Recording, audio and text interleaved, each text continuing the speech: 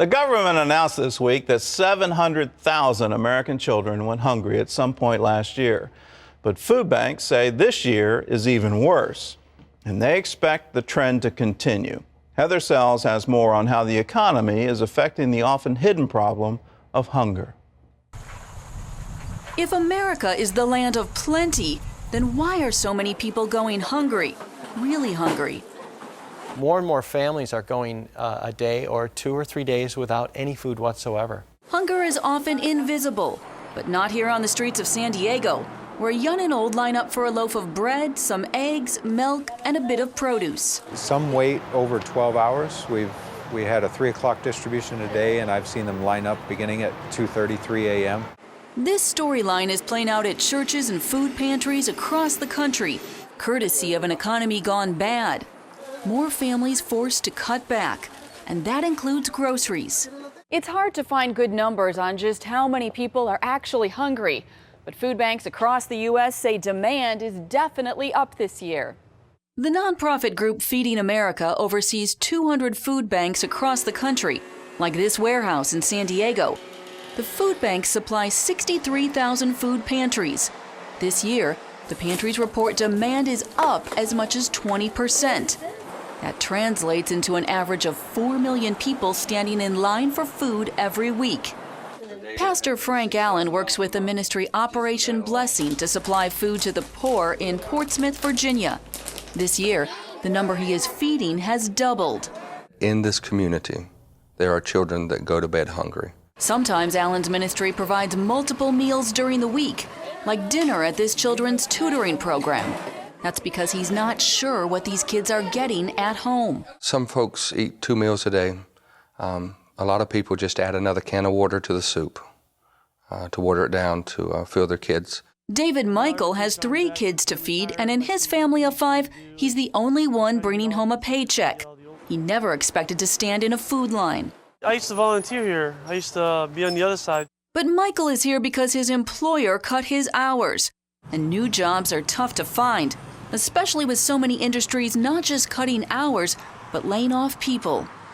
Many have lost their jobs or are coming to me and asking me for leads on jobs or ideas on jobs, and keep my ears open for something that they can get into again. I was averaging 40 to 50 hours a week. Now I'm averaging between 25 to 30. Emmanuel Jackson is a restaurant cook whose family budget is tighter than ever. Averaging take-home pay would be about $150 a week. That's not enough to take care of a wife and 5 children. Jackson took a second job at minimum wage, but without help from a food pantry, his cupboards would be close to empty. With his second job, Jackson earns too much for food stamps. But as many families know, food stamps are only part of the solution. The average monthly benefit for a family is $215. Food pantries say they are also seeing more seniors, unable to manage rising food prices on fixed incomes.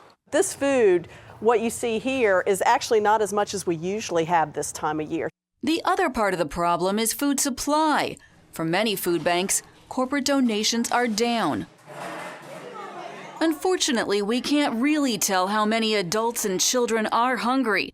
Government figures for 2007 show 4% of U.S. households suffer from what's called very low food security. That is, they're cutting portions, or at times skipping meals altogether. And groups like Feeding America believe the problem is worse this year and will continue to grow. That means more and more people will find themselves in a very difficult position. They're embarrassed.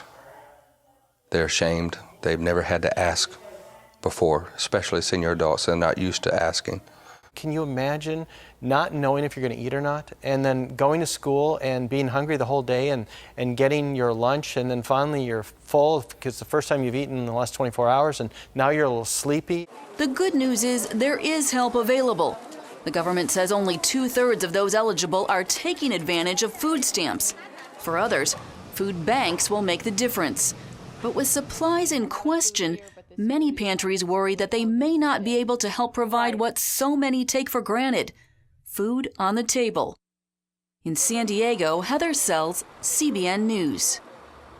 Well, with the economy and layoffs and cutbacks, we're going to see a time in America that we haven't seen in decades. And we want to be ready. And Operation Blessing is uniquely positioned to provide help to those in need. Just this past year, over 100 million pounds of food and other supplies were delivered to needy people around America. And we want to redouble our efforts for this year because many people are going to be hurting. People who would otherwise be productive wage earners, trying to provide for their family, and now wondering, where do I go, what do I do? And now's the time for Christians in America to stand up and say, we know how to take care of our own, we know how to take care of people. So this holiday season, consider a proposition. What you would spend on your Thanksgiving meal, and just total that amount of money up and say, well, can I provide for others? And not a Thanksgiving meal, but food that will be necessary to help them make it through the winter. So if you want to help Operation Blessing, all you have to do is call us and say, I want to be part of Holiday of Hope, and I want to make a special gift over and above my 700 Club membership. Call us, 1-800-759-0700, or you can log on to cbn.com.